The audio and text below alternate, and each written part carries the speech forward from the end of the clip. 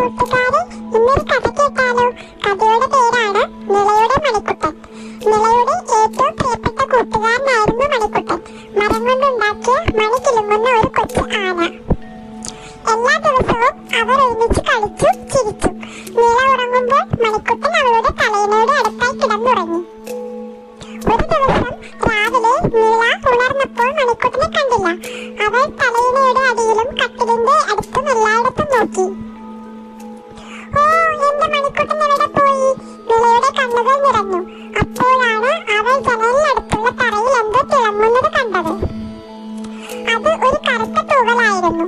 ഇത് കാക്കയുടെ തൂവലാണ്. കാക്കയാകും എന്റെ കൂട്ടുകാരനെ എടുത്തത്, നിള തീരുമാനിച്ചു. നിള ഉടൻ തന്നെ ഒരു രഹസ്യാന്വേഷകയെ പോലെ പുറത്തേക്ക് പോയി.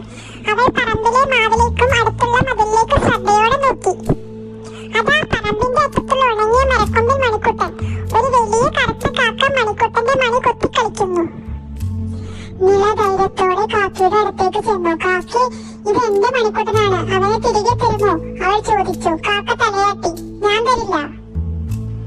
നിളയുടെ സങ്കടം കൂടിക്കൂടി വന്നു. അവൾ വീണ്ടും ആവശ്യപ്പെട്ടു. പ്ലീസ് കാക്കേ, അവൻ എനിക്ക് പ്രിയപ്പെട്ടതാണ്. കാക്ക കൂടുതൽ ശബ്ദമുണ്ടാക്കി വാശി പിടിച്ചു.